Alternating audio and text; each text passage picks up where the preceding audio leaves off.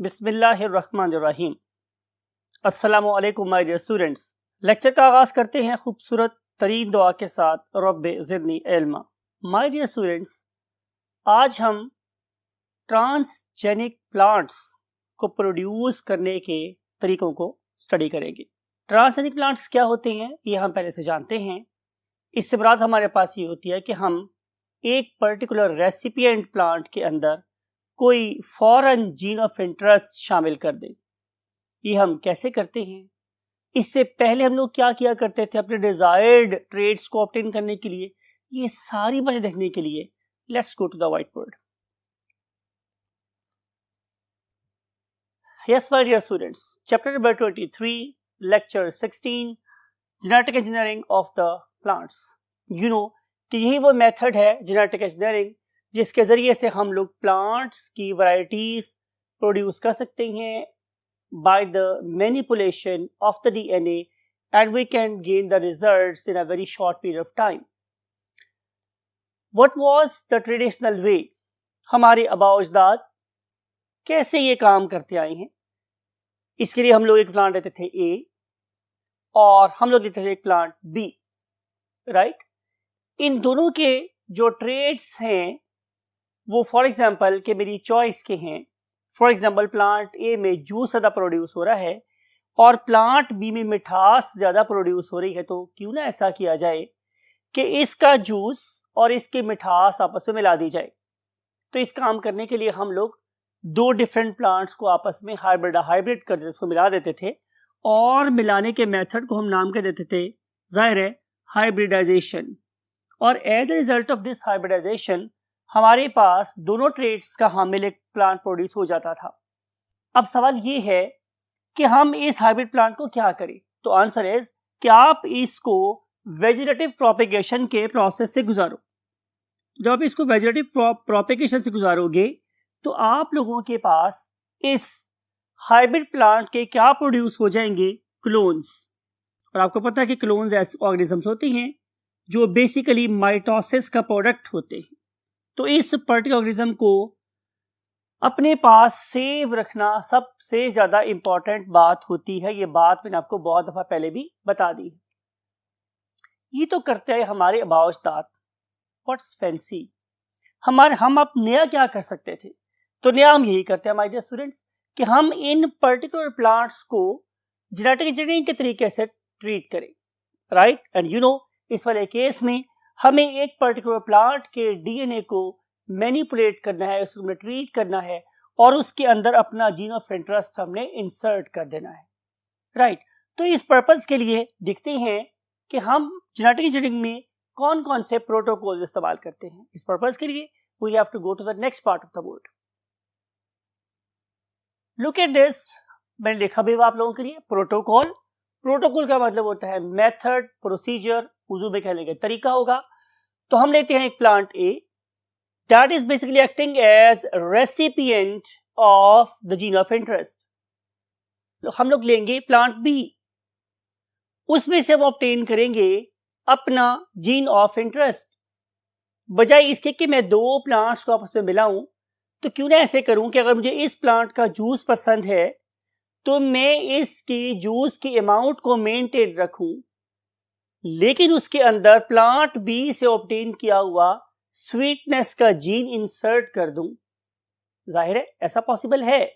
तो अगर मैं ऐसा करने में कामयाब हो जाऊंगा तो उसके रिजल्ट में जो प्लांट मेरे पास प्रोड्यूस होगा it will be a transgenic plant, जिसके अंदर parent plant mean recipient plant के जूस की क्वांटिटी और डोनर प्लांट की स्वीटनेस दोनों शामिल होंगी। और हमें अपने आबाओ अजदाद की तरह से 3, 4, 5, 6 नस्लों तक वेट नहीं करना पड़ेगा, बल्कि अभी हमारे पास एक ट्रांसजेनिक प्लांट अपनी पूरी विगर और पोटेंशियल के साथ हमें नजर आ जाएगा। माय डियर स्टूडेंट्स, जरूरी नहीं है कि हम इस रेसिपिएंट प्लांट में सिर्फ दूसरे प्लांट का जीन इंसर्ट कर सकते हैं। It is not essential. हम यहाँ पे कोई एनिमल भी इस्तेमाल कर सकते हैं, हम यहाँ पे कोई फंगस का जीन भी इंसर्ट कर सकते हैं, हम लोग यहाँ पे किसी बैक्टीरिया का जीन भी इंसर्ट कर सकते हैं। लेकिन प्रोटोकॉल मेरे पास ऐसा ही होता है कि हम एक रेसिपिएंट प्लांट लेते हैं और एक donor plant, donor animal, donor fungus और डोनर एनी अदर ऑर्गेनिज्म जिसका जीन मुझे पसंद है और वो मैं एक ट्रांसजेनिक प्लांट में इंसर्ट करना चाहता हूं। सवाल ये है कि अगर हम इन दो चीज को आपस में बनाना चाहते हैं तो क्या करना पड़ेगा भाई। पॉइंट 1 क्या करेंगे हम लोग, take a recipient plant. Number 2 take a donor. Donor डालने में आपको एनिमल भी हो सकता है, फंगस भी, बला बला कुछ भी हो सकता है। देन नंबर 3 पॉइंट क्या है कि आप जीन ऑफ इंटरेस्ट को एक्साइज आउट करें, काट के बाहर निकाल ले। तरीका मैंने आपको बताया था कि हम प्राइमर डिजाइन करते हैं और उस प्राइमर के जरिए से फिर हम लोग उस पर्टिकुलर जीन ऑफ इंटरेस्ट को पीसीआर में डाल के एम्पलीफाई करके बाहर निकाल लेते हैं। तो इस तरीके से मैं थर्ड स्टेप ये ऑब्टेन कर लिया। पहला स्टेप क्या था, आप रेसिपिएंट प्लांट लेंगे। नंबर 2 क्या था, आपके पास कोई डोनर ऑर्गेनिज्म होना चाहिए। और थर्ड बात यह है कि आप डोनर ऑर्गेनिज्म के जीन को बाहर निकाल ले by designing some primers and gain the copy of that very gene. फिर आप क्या करेंगे कि चौथे पॉइंट को जरा गौर से सुनेंगे। मैं इस थर्ड स्टेप और फर्स्ट स्टेप के ऑर्गेनिजम्स को, सेल्स को, टिश्यू को एक जगह रखूंगा, यानी कि रेसिपिएंट के सेल्स को और जीन ऑफ इंटरेस्ट को मींस 1 और 3 को मैं एक ही जगह रखूंगा। और मैं उम्मीद करूंगा कि ये जो जीन ऑफ इंटरेस्ट है ये इस पर्टिकुलर प्लांट के प्रोटोप्लाज्म में चला जाए। लेकिन सवाल फिर यही है कि क्या ये खुद जा सकता है, तो आंसर इज नो। अगर ये खुद नहीं जा सकता तो फिर हम साइंटिस्ट लोग इसको कैसे करते हैं, right? How we basically allow the gene of interest और force the gene of interest to join the plant cell. तो उसका आंसर मेरे पास है मेरे स्टूडेंट्स कि हम ये काम दो डिफरेंट लेवल्स पे कर सकते हैं। या तो हम कर सकते हैं at the level of protoplast. पढ़े लिखे बच्चे हैं, आपने 2-3 लेक्चर में सुन रखा है कि if I want to make the protoplast तो I have to digest out the cell walls. तो जब मैं सेल वॉल को डाइजेस्ट आउट कर दूंगा तो बाकी मेरे पास एक स्फेरिकल वॉल बचेगा प्लांट सेल का, that is called as the protoplast. या फिर क्या हो सकता है कि मैंने सेल वॉल को नहीं उतारा बल्कि मैंने सेल वॉल रहने दी वहां पर प्रेजेंट। कौन सी वाली?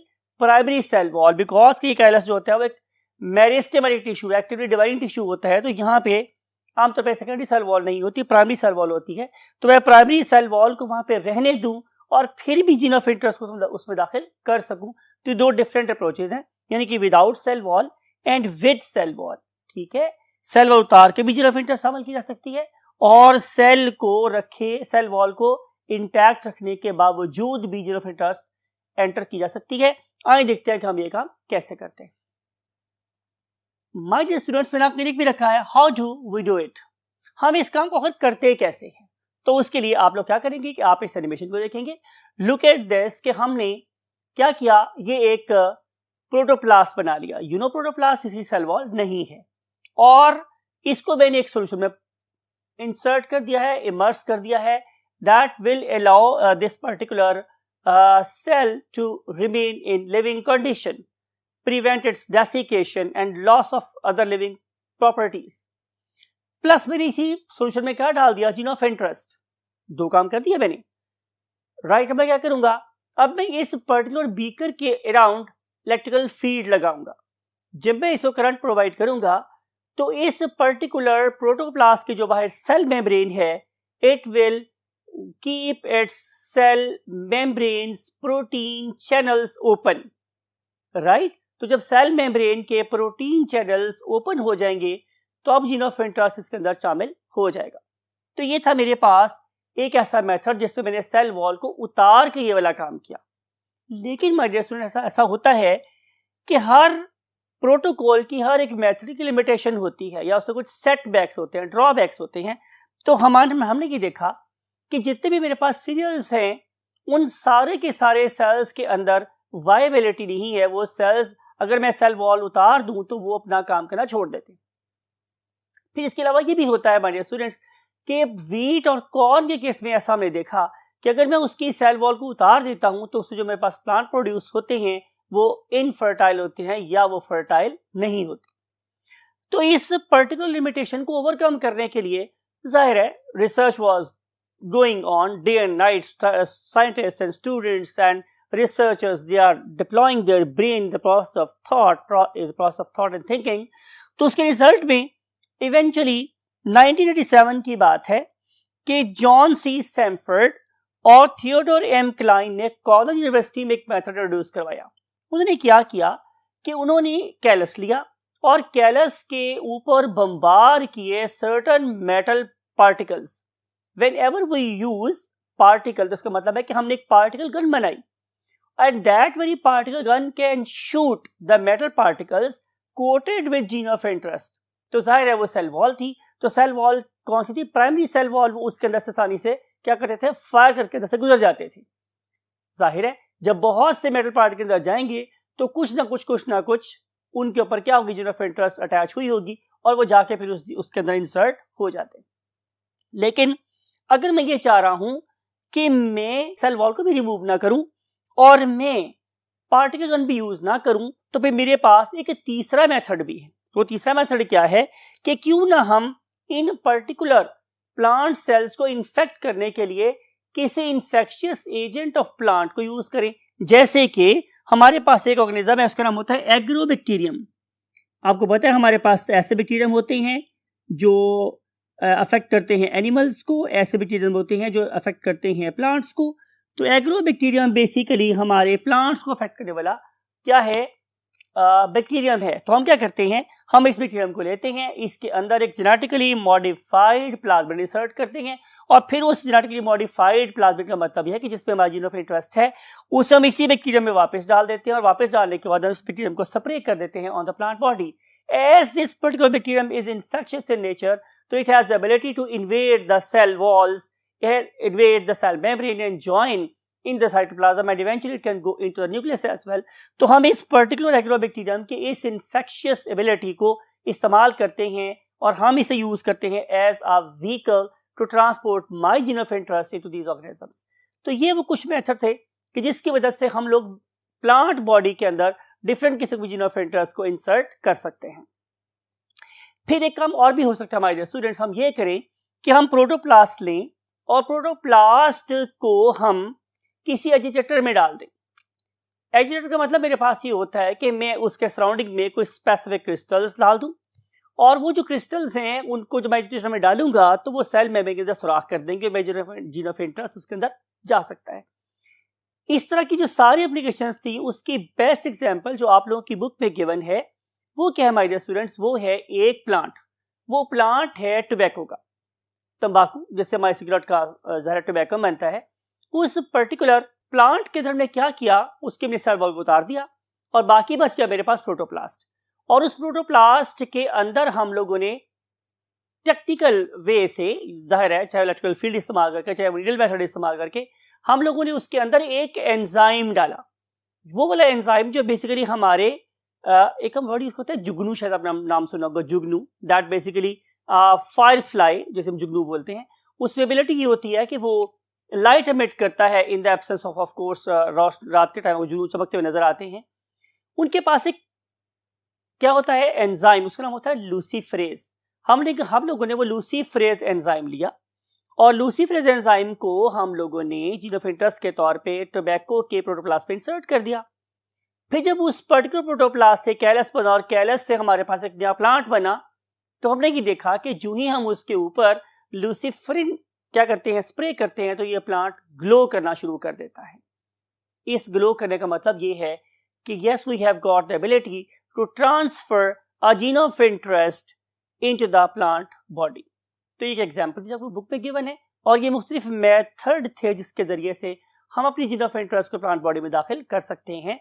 और जाहिर है हम प्लांट बॉडी की डिजीज रेजिस्टेंस, प्लांट बॉडी के ग्रो करने की स्पीड, प्लांट बॉडी के फूड प्रोड्यूस करने की स्पीड और इस अवाम के लिए फूड बनाने की जो एबिलिटी है उसको एनहांस कर सकते हैं। हमेशा बोलता हूँ आप लोगों से कि इन बातों को पढ़ने के बाद रुके नहीं, बल्कि अपने इन फर्टाइल ब्रेन्स को डिप्लॉय करें to think in a fancy way, think in a productive way. आप कैसे इस इंसानियत के लिए ज्यादा सूदमंद साबित हो सकते हैं। मेरी दुआ है कि आप में से हर बच्चा इंसानियत के लिए एक बहुत ही वाइटल चीज बने। और हमेशा कहता हूं कि जब आप दुआ करें अपने पेरेंट्स को भी दुआ में याद रखें, उनका बहुत ख्याल रखें और हमें भी दुआ में याद रखें। That's it for today. I want to say you अल्लाह हाफिज।